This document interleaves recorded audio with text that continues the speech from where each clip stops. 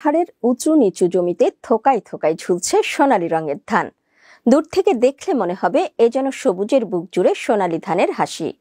জুমের সোনালী পাকা ধানে ছেয়ে গেছে পাহাড়ের পর পাহাড়।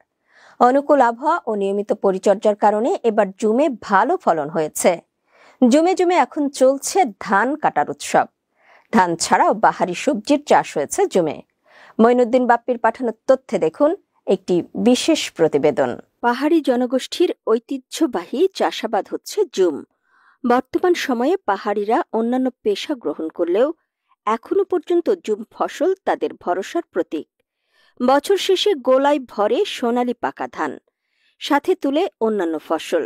জুমের ফসলে পাহাড় সেজেছে নবরূপে। একদিকে পাকা সোনালী ধানের মৌ মৌ গন্ধ, আর অন্যদিকে সাথী ফসলের পসরা পাহাড়কে অন্য রূপ দিয়েছে। এসব ফসল দেখে পাহাড়ি পরিবারগুলো